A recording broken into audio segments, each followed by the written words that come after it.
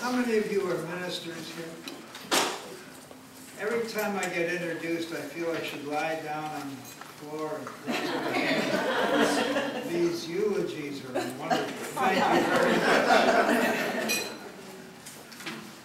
Any physicians in the crowd? Nurses? Social workers? MFTs? Who have I left? Oh, students? We're all students. Psychologists, yes. Now, whom have I left out? Pastoral counselors. I didn't hear you. Pastoral counselors. Pastoral counselors. I always call you ministry. You know.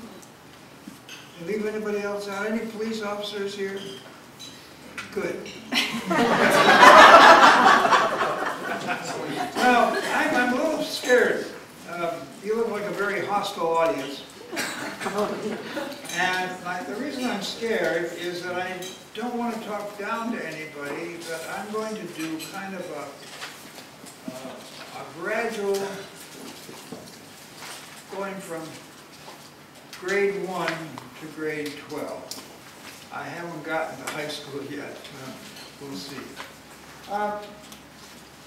When we talk about addiction, we need to, oh, I have to stop.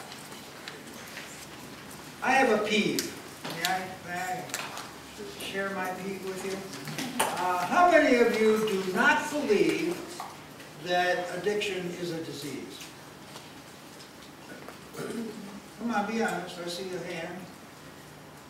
A couple of hands. Fine. I don't agree with you, but fine.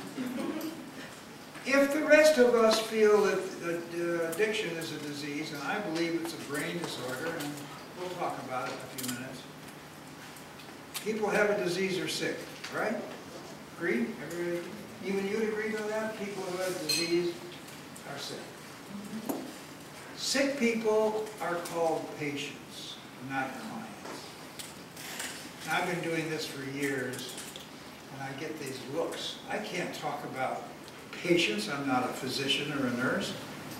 That's ridiculous. That's ridiculous. And semantics are very important because it clues into where our brain is. And if we don't think it's a disease, we're going to come from a different angle. If we think it's a sin, boy, there are a hell of a lot of sinners around. I got to watch my language, don't I?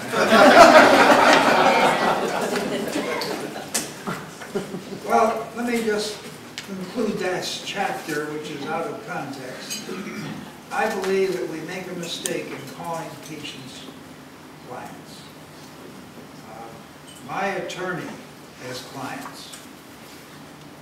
My prostitute has clients. Oh, no.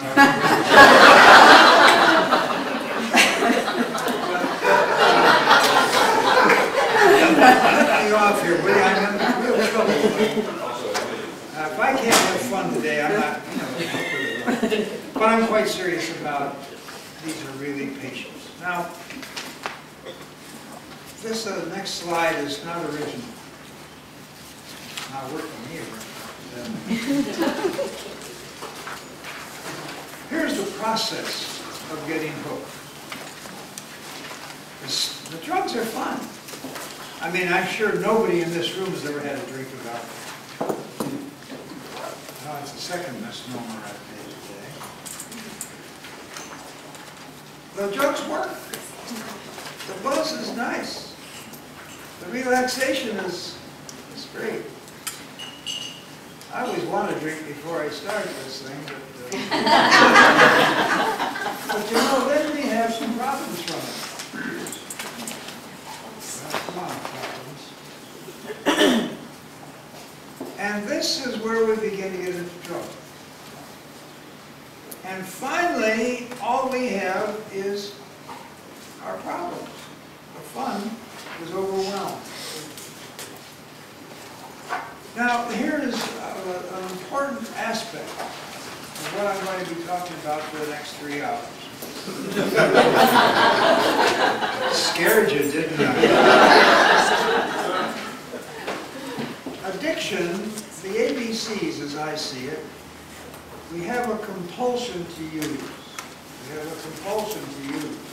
We have a we have a compulsion to use. My friends are doing it. The drug works. I've tried it. I can control it, but the buzz is great. And then we have impaired control. Now, I never say to my patients, and I know these are clients to you, but I'm going to run home or run into you with the patient thing.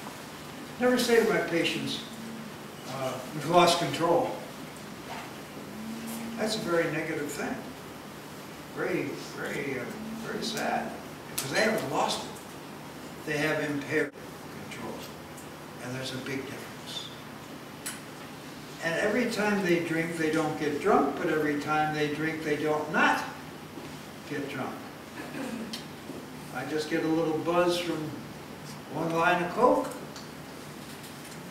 and that's all I'm going to use, and the next thing they know is they're there all night, line after line after line.